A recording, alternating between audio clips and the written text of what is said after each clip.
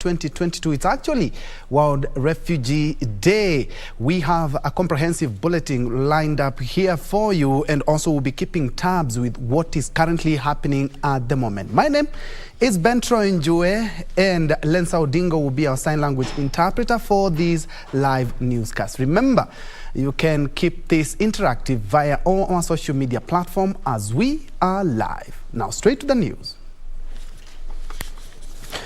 We begin with matters graft, where the Ethics and Anti-Corruption Commission early Monday actually arrested former Commissioner of Lands Wilson Gashanja, former Senior Lands Officer in charge of Coast Province Zablon Mabea, as well as former Physical Planner, Ministry of Lands Jabu Salim Mohammed.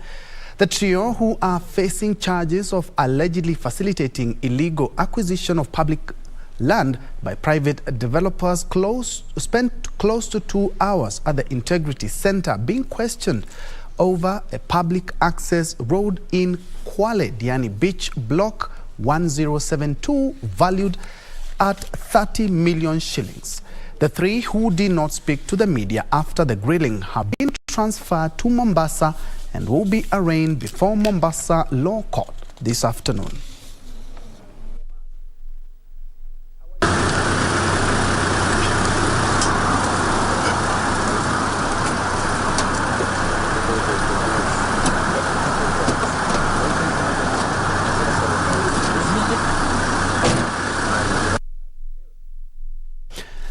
Again, that is one story that we are keeping our eyes peeled, and we will be giving you more details as soon as they are charged. Elsewhere, former National Authority for the Campaign Against Alcohol and Drug Abuse, NACADA Chairman John Mutudho, has termed the proposal by presidential candidate Professor George Wajakoya to ban farming as unworkable and illegal. Mutudho added that the proposal was far-fetched and impractical in a law-abiding country. Speaking in Naivasha, the former NACADA boss, who is eyeing the Nakuru senatorial seat, said that countries like Jamaica and Ethiopia, where bang has been legalized, are facing tough economic times. In the last couple of weeks, Wajakoya has promised to legalize bang, noting that the trade could free the country from the international loans. If that's the case, then how come a whole province in Ethiopia, where cannabis is legalized or bang is legalized, is still suffering? Right here in our neighborhood. In fact, they are headache to us. Those people have been involved in controlling this narcotic because they bring in tons that stuff. But are they any rich? How come Jamaica is not a superpower with all that cannabis that they have?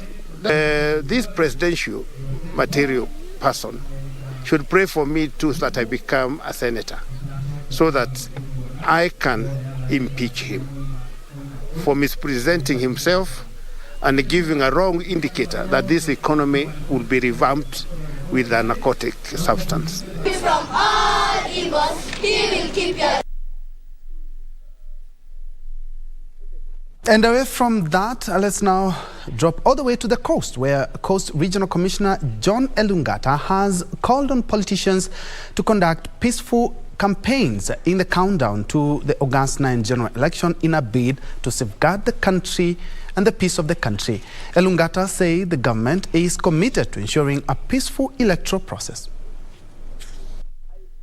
Speaking during a forum on election preparedness held at the Coast Regional Headquarters in Mombasa, Elungata asked the politicians to avoid politics of insults and attacks on personalities, but rather do campaigns that address issues which would bring progress to the Kenyan people. Tungewaomba wenye magari ya uchukuzi kama matatus na mabasi wasibandike posters zao, kwa sababu kukiwa na uhasama, mwananchi anayesafiri hana hata hana habari kuhusiana na siasa zinavyoendelea, atachukuliwa vibaya. Elungata called on politicians to conduct their campaigns during the stipulated time of between 6 a.m. and 6 p.m. and desist from extending their political activities after sunset. Na vijana usikubali kuingia kwa mihadarati ama kupewa pombe ama kunyweshwa vileo ndio waweze kufanya mambo ambayo yanaibisha na yanatishia watu wengine. The government rolled out the third phase of Kazi Mtaani program, which has enlisted thousands of youth, and said the move will keep the young people engaged in meaningful activities. And still on matters touching on the general polls, Azimio la Umoja, one Kenya lieutenants in the northern region now say the coalition will bag over 65% of votes from the region. Led by Wiper Deputy Party Leader Farah Maalim, the leaders who spoke in Garissa said the region is firmly behind Odinga's presidency, adding that the leaders will be campaigning round the clock to enhance Azimio's support in the region. A section of leaders affiliated to Azimio la Umoja One Kenya from the eastern region now say the coalition bag over 60% of the over 400,000 registered voters in the region. Led by Wiper Deputy Party Leader Farah Maalim, the leaders expressed optimism that the coalition win majority of the seat in northeastern. Na hii kura hii itashindwa na Azimio, na president atakuwa ni Raila Odinga, na deputy president atakuwa ni Martha Karua, na chief minister ambaye atakuwa prime minister atakuwa Kalonzo Musyoka.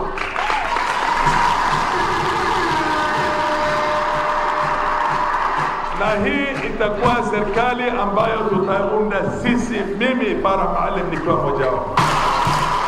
Maalim, who was speaking in Garissa town during a meeting that brought together all 9 sub-clans of our Lihan community to endorse Nasir Mohamed Dolal as the sole candidate for the Garissa Township parliamentary seat, further urged the residents to maintain peace. Ile nataka niwaambie, hii hapana mambo ya ukoo, hapana mambo ya clanism, hapana mambo ya ukabila, ni kila Mkenya ambaye mkazi wa Garissa na ambaye amechukua kura yake Garissa Township ampigie kura wizara yetu na hakikishe kwamba tunampeleka bunge na atalete mabadiliko. Atakuwa kijana chipukizi. The region has become a battleground for the 2 leading presidential aspirants, with Deputy President William Ruto being the latest to hold town hall meeting and rallies in the expansive region 2 weeks ago. Raila Odinga is also expected to embark on a tour of the region this week.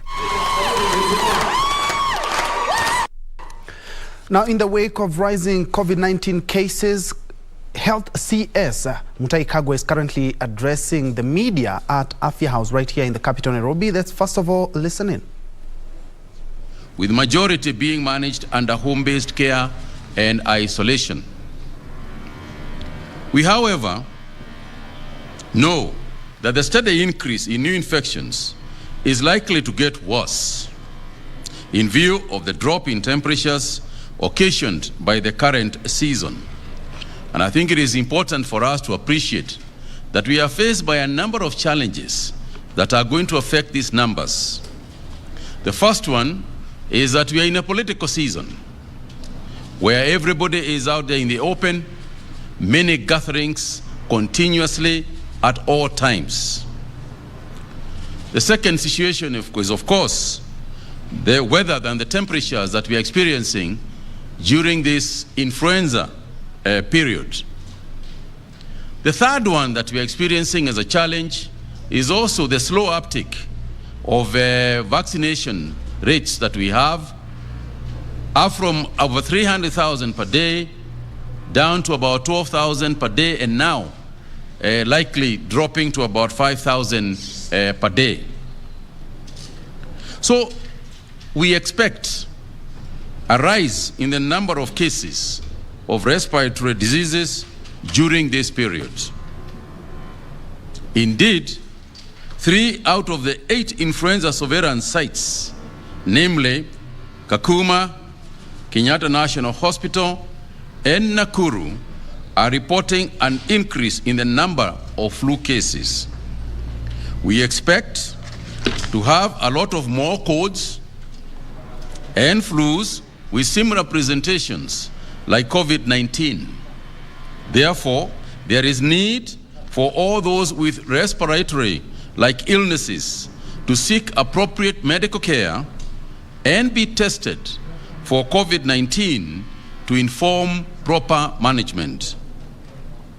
The ministry advises the public to take measures that I'm going to ask the Director General to speak to when I give him the opportunity to do so. Ladies and gentlemen, with regard to vaccinations against COVID-19, the ministry has managed to vaccinate as follows. Vaccination status above 18 years old is as follows. Some 8,578,000 are fully vaccinated. Some 2.4 million are partially vaccinated. Some 404,000 have had booster doses administered. 31.5% is the proportion of adults fully vaccinated. Vaccinations of persons between 15 and 18 years old is 1.5 million doses administered, 820,000 partially vaccinated, and 340,000 fully vaccinated. Regrettably, as I mentioned earlier, the vaccination rate has dropped. And this is an area of concern because the statistics we are holding at the moment, with about 77 persons currently hospitalized in hospitals, but the evidence we have is that most of the ones in hospitals are persons who have not been vaccinated. A lot of the positive cases we have of persons who have been vaccinated are essentially presenting mild symptoms. So the solution, ladies and gentlemen, is number one, we need to revise our vaccination rates. Kenyans are advised to get vaccinated. Those who have not been vaccinated should do so immediately. Those who have been vaccinated and need a booster shot should take the booster shots immediately.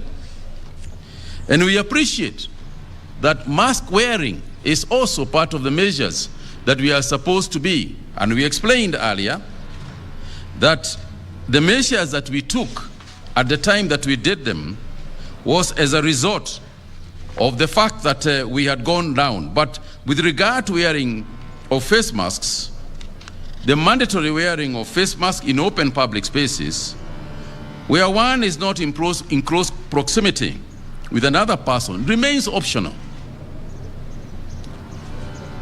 However, one is required to wear a mask when in contact with other people in close confined spaces such as PSVs, aircrafts, offices, supermarkets, marketplaces, and places of worship. All persons, indoor meetings to continue at full capacity of the venue, but provided that people take measures to be fully vaccinated in order to do so. And all attendees are required when indoors to be wearing masks. We have seen situations, for example, in political indoor meetings, where we are getting super spreading at a very fast rate, as you have seen for yourselves. So citizens are urged, Kenyans are urged to ensure that they wear masks and are fully vaccinated who are to attend those meetings that are town hall meetings. We are not restricting the in-person worship, and we shall continue to do so in full capacity. Again, as long as all the congregants and worshippers are also fully vaccinated. We also require worshippers to wear their face masks while inside the places of worship. All international travelers arriving into the country and who are fully vaccinated are exempt from the requirements of a PCR test and are exempt from quarantine upon arrival in the country.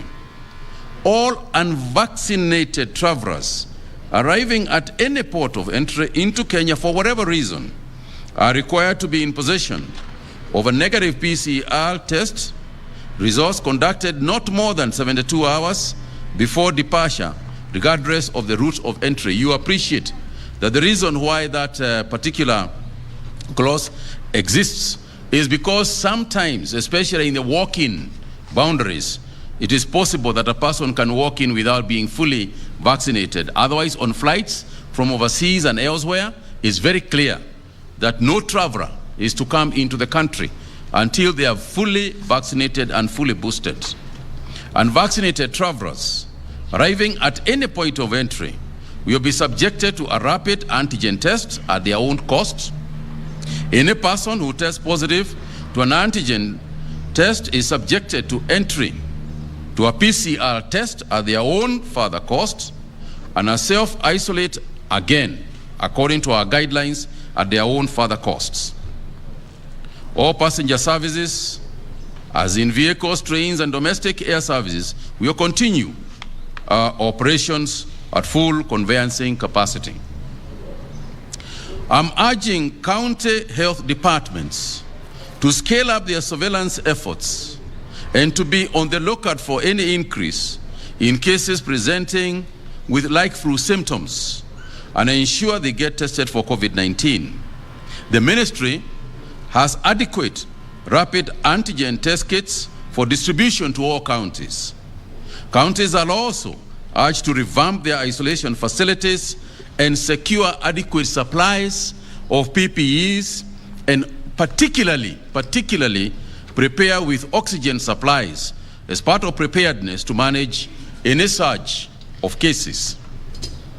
I also make an appeal to the political class in this campaign period to urge their supporters to get vaccinated against COVID-19 and to wear masks during political rallies.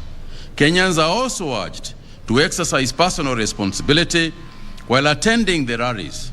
Remember, rallies might be important, politics is important, but there is nothing that is more important than your life.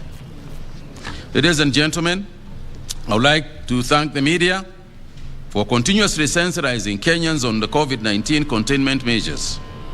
As I conclude, I would like to make a passionate appeal to all Kenyans. Please join us in this campaign to ensure that many people are vaccinated. We would like to vaccinate all adult population by the end of this year, which is a target that we have already missed because of the slow uptick. We were supposed to have finished it by June of this year. This is the only way to protect ourselves, our families, and the community at large, because the vaccines are safe, effective, and available. I thank you. I would like, before you ask questions, I would like to give this opportunity to Dr. Amoth to address the issue of what to do if for you to prevent yourself from getting vaccinated, from getting sick. Thank you, Honorable CS. Kenya has two flu seasons. The first season starts usually from March and lasts until May. Then the second flu season starts from around July and lasts till October, November. But you've seen the cold season has come earlier this time than is usually the case. And the best way to ensure that you are protected from getting flu, common cold, or any other respiratory tract infection, one is that if you have flu-like symptoms, please stay at home. Don't go to work and expose other people, because flu, common cold, COVID, like other respiratory tract infections, are highly transmissible. Number two, you need to keep warm, dress warmly. I can see most of you are dressed warmly to avoid triggering flu-like situation. Avoid crowded places and gatherings. Keep hydrated. Take plenty of fluids, water, tea, uji, or whichever beverage of choice you choose. You exercise regularly because regular exercise leads to release of various substances that act against inflammation. You need to maintain hand and body hygiene, wash hands frequently with running water and soap, or use sanitizers. Also, eat a healthy, balanced diet, especially one rich in fruits and vegetables, especially the green leafy vegetables, because they contain antioxidants which enhance our immunity. And of course, despite doing all this, if you happen to get a respiratory tract infection, the next course of action, of course, is to seek medical advice from a qualified medical service provider or facility, and then you'll be able to get the correct treatment and advice. In a nutshell, those are the measures that we can take at individual level. And I know Kenyans love ginger and honey and lemon during this season. Please go ahead. Those are rich in antioxidants and will help protect and increase your immunity, such that even if you get a common cold or flu or COVID, then it's likely to be milder. But above all, of course, to be able to protect you further is to go for vaccination, because the vaccines are available, they are safe, they are robustly tested, and they will protect you from getting severe COVID-19 situation. For those who are immunocompromised, those who are elderly, those who have coexisting medical conditions, on top, of course, of the COVID-19 vaccine, there's also the flu or influenza vaccine that you can be able to take. So far, the influenza vaccine is not part of the routine immunization services, but we are working with other partners to ensure that it will be part of the routine immunization antigens delivered to our people, especially those who are at risk. Thank you.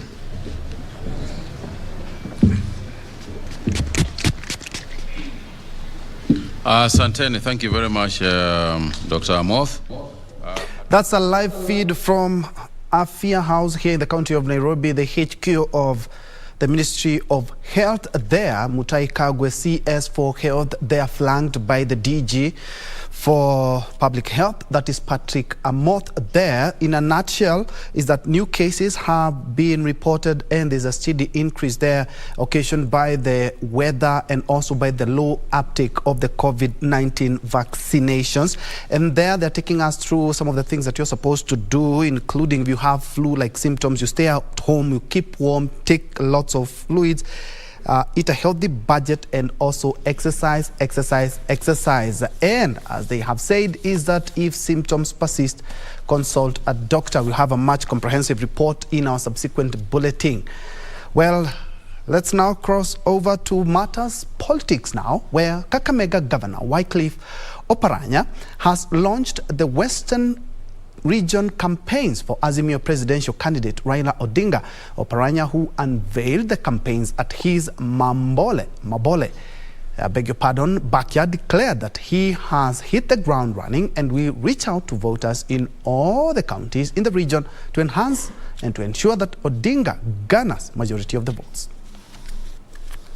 Oparanya said that he's out to get massive support for the Azimio team, including presidency and other candidates vying for various positions. He says this is the best chance for Odinga to clinch presidency and asked residents of the region to support his bid. Ndio nilisema nije leo tuanzie hapa.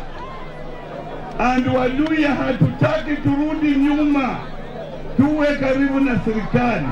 Na serikali ni wasi, hiyo serikali ni ya Raila Amolo Odinga. The Kakamega governor faulted a section of Luhya political leaders for dividing the community's vote. Na mimi nataka nyinyi wote, sasa ni wakati wa Waluhya kuenda mbele. Waluhya miaka zijazo watoe president wa nchi hii. His sentiments were reiterated by Lugari MP Ayub Savula and Kakamega Women Representative Elsie Mohanda, who also backed the Raila presidency, vowing to ensure he clinches the top seat. Upigie leo simu Raila Amolo Odinga, watengeneze kamati kuanzia leo, the assumption of office, preparation ya swearing in ya Raila Amolo Odinga kama rais wa 5 wa wa Jamhuri ya Kenya. Kwa hivyo mimi namuuliza watu wangu, President wa Kenya mwenye anajali Waluya ni nani? Si ni Raila Amolo Odinga?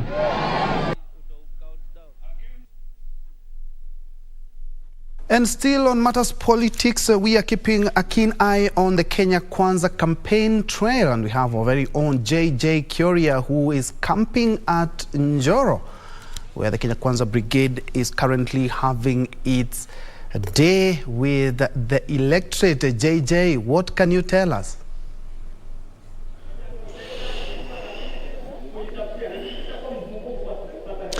Ben Troy, thank you very much. We're joining you from Njue constituency in Nakuru County. The live town hall meeting of the Kenya Kwanza team led by Tim Luto. They're already that dome and the meeting is underway, but in the meantime we've been locked out of that meeting for reasons only known to the team, and they've said once they're done with their deliberations inside there, then they will call the media to be part of the meeting. But so far we are not part of the meeting. The deliberations ongoing there.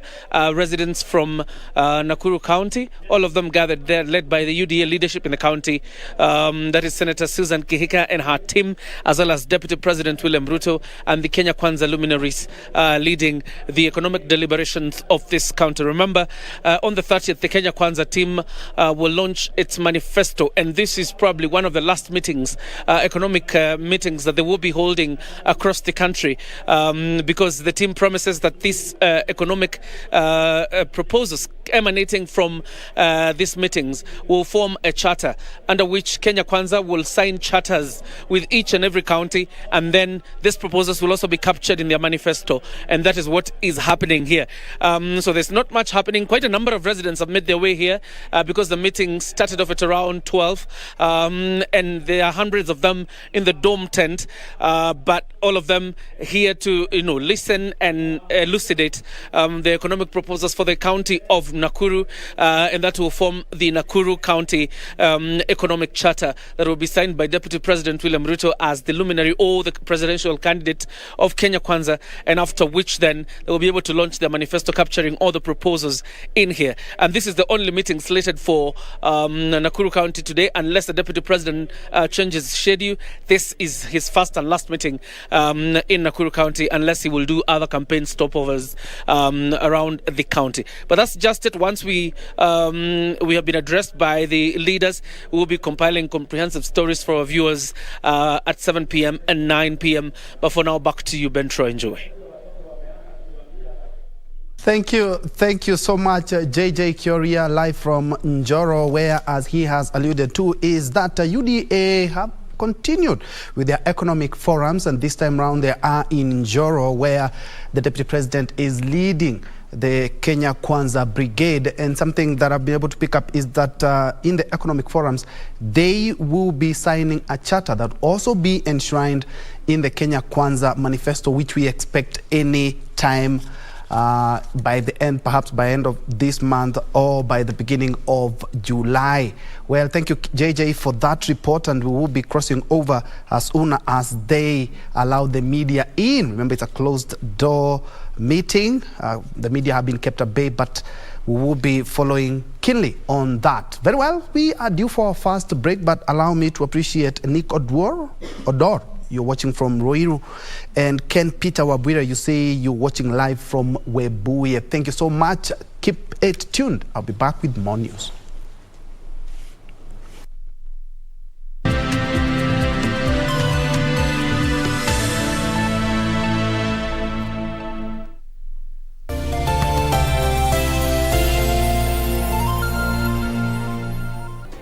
Do you have a news story to share with KBC? Get in touch swiftly on email news@kbc.co.ke or call 0723-892-654 or 0734-780-124.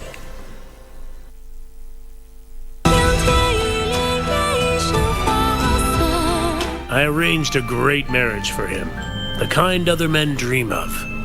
And he wants to break it off. If this is what you insist on, all I could do is take my own life. You want to die for her? Samuel has truly messed up. It won't be long till the whole world knows he wants to break off the engagement. I couldn't care less if he breaks it off. Why would it matter? I hope I'm not intruding. I'm just passing through. I'm Ferna from Green Hill. Show some respect. Elliot!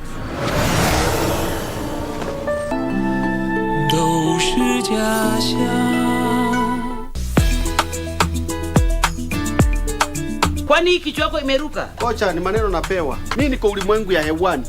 Kuna siku msungu asa kupropose hata kama ni ukuoa hata kama kwa ndoto. Ninyi iko na guacamole.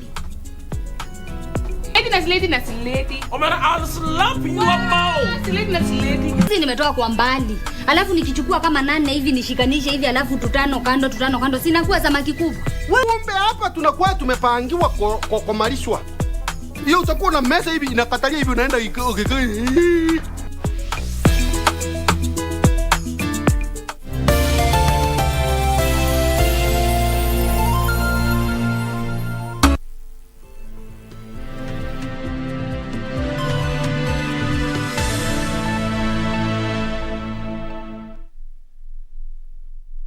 Welcome back, and we really appreciate you tuning in. Moving on, a House Help Association held peaceful demonstrations in Nairobi to demand better working conditions for domestic workers. Yaya Mwema Association, encompassing over 3,000 members countrywide, also wants salary increments for its members, citing the high cost of living. The association also wants the government to intervene against the alleged mistreatment of Kenyan house helps in the Middle East countries, as well as regulating recruitment agencies. The association, at the same time, urged employers to allow domestic workers to exercise their democratic rights during the August 9th general election.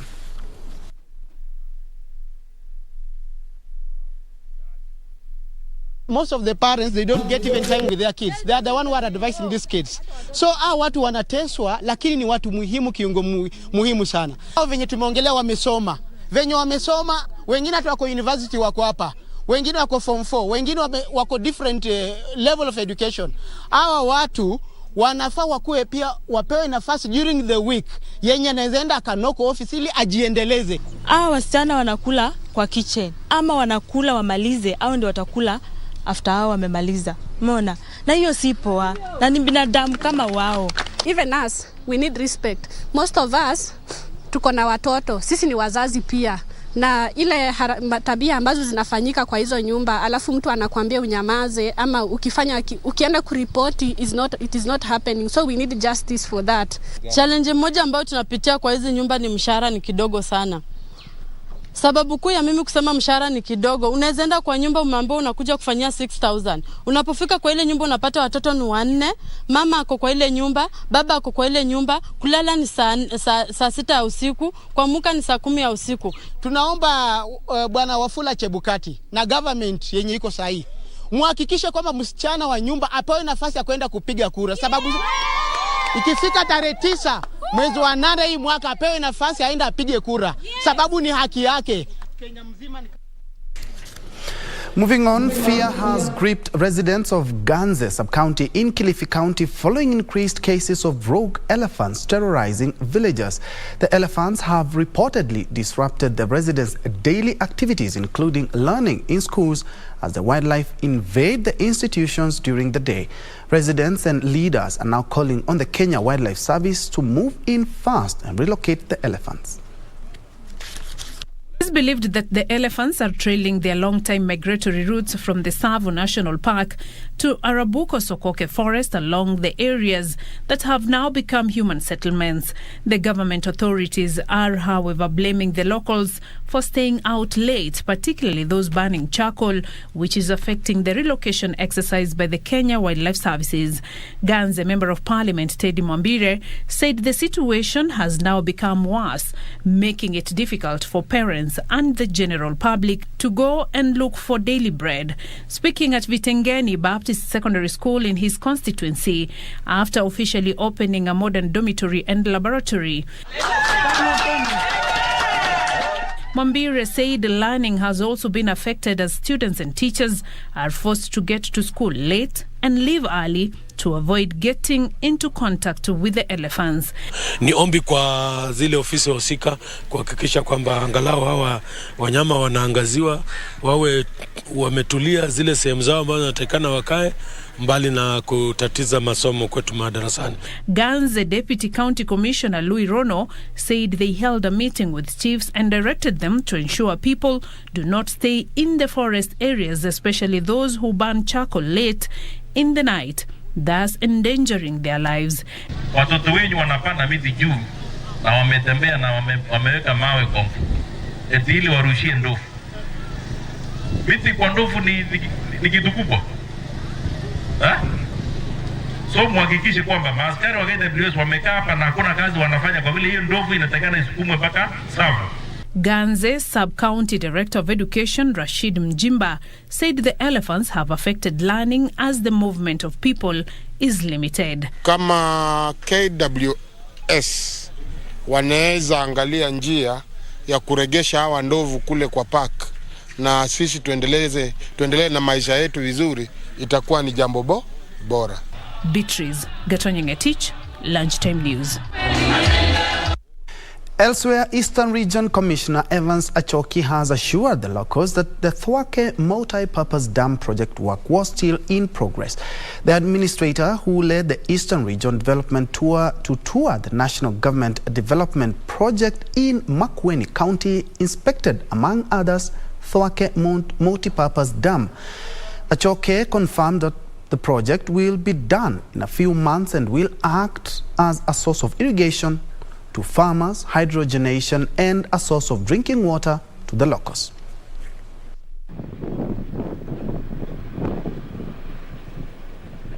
Looking forward for the completion of this project so that they can benefit from drinking water, from water for irrigation, from hydrogeneration, and also opening up of this area. Now, residents of Keroche location in Mbere North Sub-County in Embu County have benefited from a free medical camp organized by the area Member of Parliament. The patients were examined and treated for various ailments such as cervical, breast and prostate cancer, hypertension and eye problems, among others.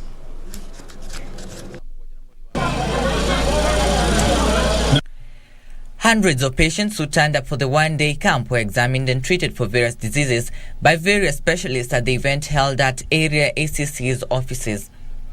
Other services offered included immunization for children, nutrition and family planning.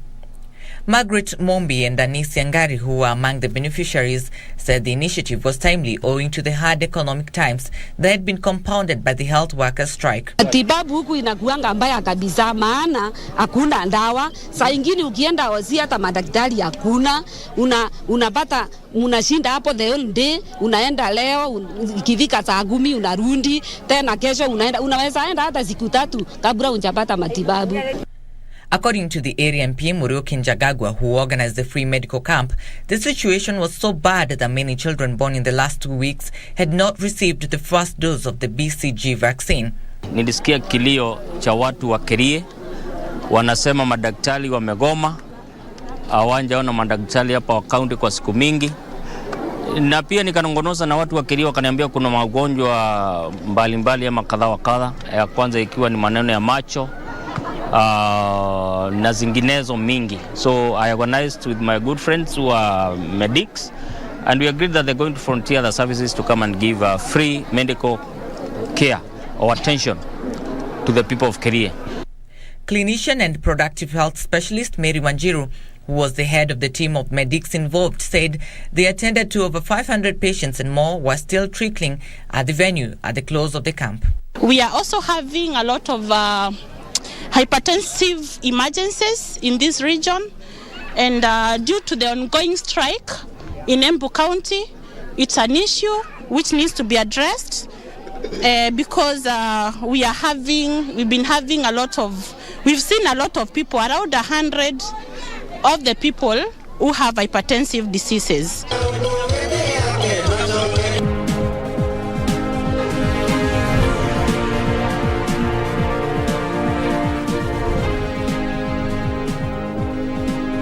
In business, investments in housing slowed in 2021, leading to a decline in house prices. The latest Kenya Bankers Association Housing Pricing Index KBHPI report shows that the decline reflects headwinds in the economy that influenced both demand and supply.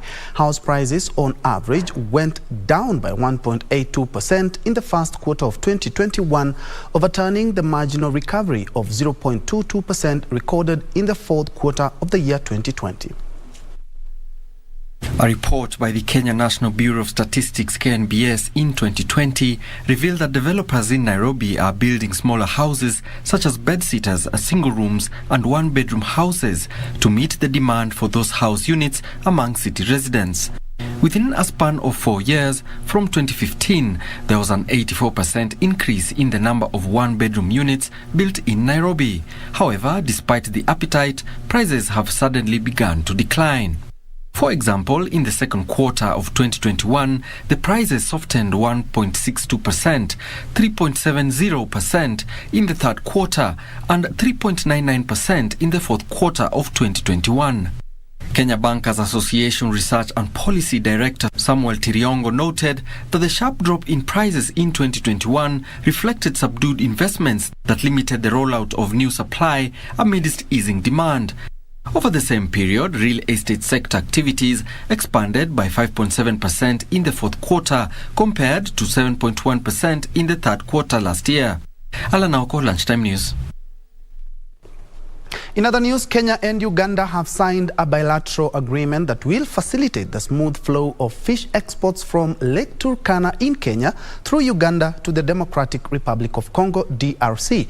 The formulated framework has established a multi-agency team to design the modality of fish transportation to DRC with ease. This comes as a sigh of relief to fish traders who have been facing challenges in fish exportation. Fishing industry contributes about 0.5% of the national GDP and about 2% of the national export earnings. According to the draft Marine Fisheries Regulations 2022 and Lake Turkana Fisheries Management Plan, Kenya will earn at least 100 billion shillings and create 240,000 jobs annually once the new regulations in the fishing industry are fully implemented. The industry has been facing major challenges during fish exportation, which has prompted various discussions between Kenya and its counterparts. The Kenya and Uganda governments have developed a framework to ensure smooth transit of the commodity from Lake Turkana to the Democratic Republic of Congo without interference. The development comes after a fish consignment of at least 300 tons of fish worth 40 million shillings destined for the Democratic Republic of Congo were confiscated by Ugandan authorities in October last year.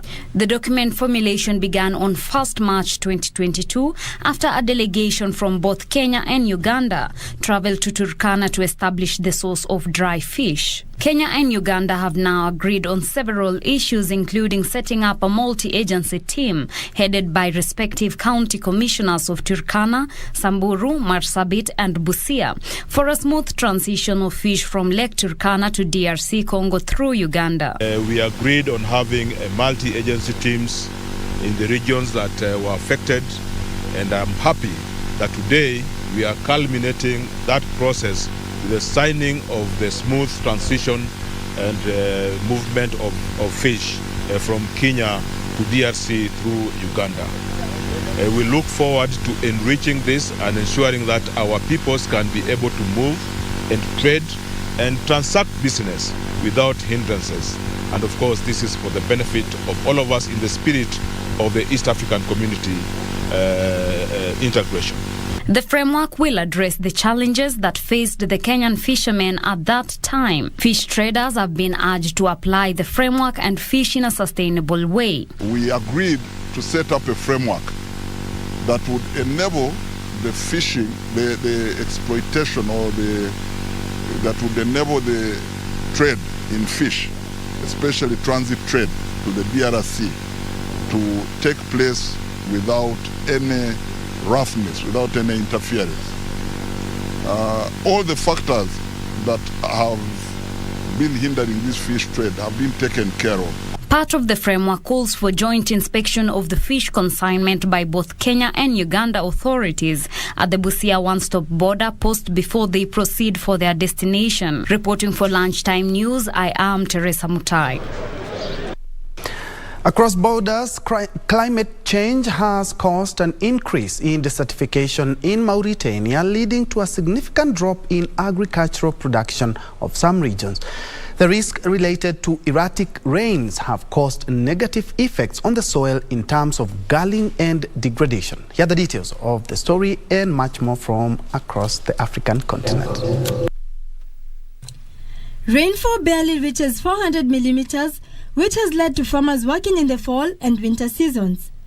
A new project implemented by the UN's International Fund for Agricultural Development in Mauritania aims to make better use of scarce resources. The project will provide irrigation machinery, water tanks, pumps, seeds, fences and pipes. This will increase farm outputs to enable farmers to grow enough food to sell or eat. Politicians and experts held a meeting in Madrid to discuss ways to tackle drought and the increasing spread of deserts across the globe.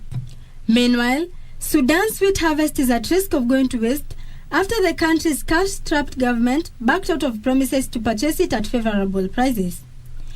The Agricultural Bank wants farmers to pay for their loans in wheat according to the encouraging price, which was set at $94. Farmers have been told to register with the bank the quantity they will supply, and the bank will determine the quantity it will take.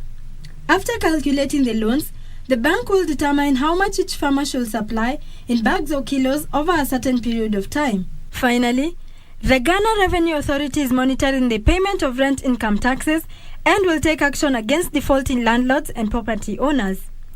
Collection of tax has been automated through geospatial data software, which will enable the authority to know whether a property is being rented. The revenue should be paid within 30 days after the rent income is received. The authority has been reminding property owners to make copies of all receipts of rent tax payments for inspections by officers of the authority when needs arises. Failure to pay the tax by the due date attracts 125% interest of the statutory rate compounded monthly. Charity Modhoni for Lunchtime News. Back home, 400 workers of Keroche Breweries are facing the sack this week if the dispute between the brewer and Kenya Revenue Authority is not resolved. The Naivasha-based brewer has said the closure of its operations last month by Kenya Revenue Authority has paralyzed its operations, drying its financial inflows. The company is embroiled in a tax battle with Kenya Revenue Authority over the non-remittance of taxes. For the second time this year, the Kenya Revenue Authority has sealed the operation of Keroche Breweries, halting the production of its products. The country's second biggest brewer was reopened in April this year after KRA closed its operations in March. The tax agency accuses Keroche of failing to remit billions of shillings in withholding and pay-as-you-earn taxes. However, Keroche has blamed a tough operating environment for its financial woes, pleading with KRA for more time to settle the pending taxes. Last month, the Kenya Revenue Authority descended on the brewer's premises in Naivasha, accusing it of reneging on its promise to pay 400 million shillings every month to clear the tax backlog. Today, Keroche Breweries Chief Executive Tabitha Karanja has said she is seeking audience with KRA for more time to repay its tax debt. She says if KRA fails to reopen its premises, it will be forced to sack its 400 workers since it cannot pay them. The ensuing tax feud with KRA has crippled the financial position of the fledgling brewer. Ndusa Mokami for Lunchtime News. Elsewhere, National Construction Authority plans to introduce the use of drones to map and monitor compliance in the construction industry. NCA Executive Director Engineer Maurice Akech says the use of technology will be critical in reducing cases of malpractices in the sector that has seen more than 200 Kenyans lose their life due to collapsing buildings. The authority has also said the shortage of building inspectors is hampering the inspection of buildings in the country. According to research conducted by the National Construction Authority on the collapse of buildings, Kenya has recorded more than 100 building collapses in the last decade. In 2021 alone, more than 10 buildings collapsed in various parts of the country, killing more than 20 people. To this end, the National Construction Authority plans to employ technology to monitor construction sites. This will see the agency use drones for site mapping and inspection. NCA Executive Director Engineer Maurice Akech says the agency has prosecuted 18 people for disregarding NCA warnings and continuing construction and has so far suspended the licenses of 26 contractors. Akech says the reduced manpower at the agency has made it cumbersome for NCA inspectors to inspect the over 300,000 buildings under development in the country. He further blames the rise in collapsed buildings to lack of coordination among players in the construction sector, adding that regulation is not a singular task and NCA plays a coordinating role, working with other agencies to ensure free flow of information, optimization of resource and knowledge sharing. We did a research in 2018 which gave us, of course we may think we know why buildings are collapsing, of course we know, but scientifically we need to analyze and find out, and we came up with 6 strong points why they are collapsing, and those are some of the things we're working on. Coordination came out to be a very strong thing, which is part of our mandate. Incompetent professionals in the counties, national government and key regulators in the building sector are also contributing factors. Akech is urging players to adhere to the building code and adopt the best practices in the industry. Caroline Jenga for Lunchtime News.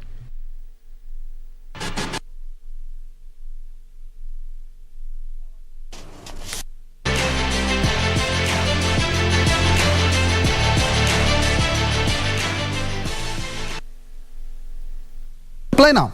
England's Matt Fitzpatrick claimed his first major title with a one-shot victory in the US Open at Brooklyn. The 27-year-old also became just the 3rd Englishman in 52 years to win the sport's second oldest major. Fitzpatrick shot a 2 under 68 for a 6 under total to buy the Senator Johnson Sakaja in regards to his academic credentials. Kipnos, if you can hear me, kindly bring us up to speed with the latest.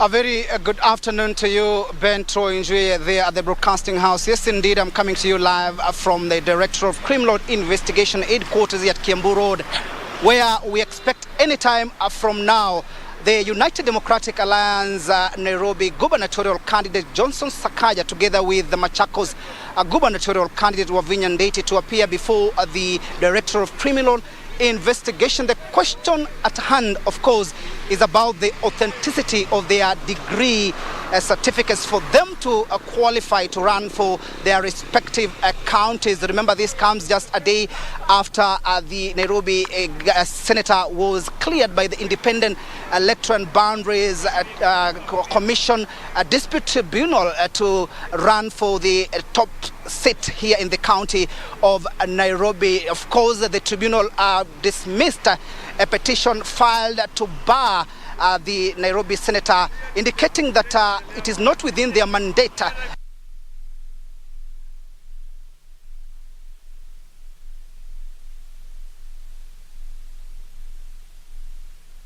Apologize for that network hitch, but that has been our very own Timothy Kipnusu there, bringing us up to speed in matters regarding the authenticity of academic credentials for Nairobi Senator Johnson Sakaja, who is vying for the gubernatorial seat, and also Wavinya Ndeti, who is seeking the Machakos County gubernatorial seat. We will be keeping a keen eye, but what we have been able to establish is that the two have not yet arrived at the DCI, and as soon as they do that, Kipnos will be bringing us up to speed with the latest from that section. Remember, they were all cleared by IEBC, and that takes us to the end of KBC Lunchtime News. Thank you so much for watching. My director, allow me just to appreciate 2 people here. And Jaden Wangoi, you say you're well tuned in Nairobi. Josephat Kasaingu, you also tuned. Kayla Zeko, you are well tuned from Kitengela. Nistro Lise, you are watching from Amalemba in Kakamega. And there's someone who also watching from Keumbu in Kisii. Thank you so much for joining us. My name is Ben Troy Njue, and Lensa Odingo has been our sign language interpreter for these live newscasts. Remember, www.kbc.co.ke for this news plus much more. And of course, we have our news bulletin at 4, 7 and also at 9. Have a good one.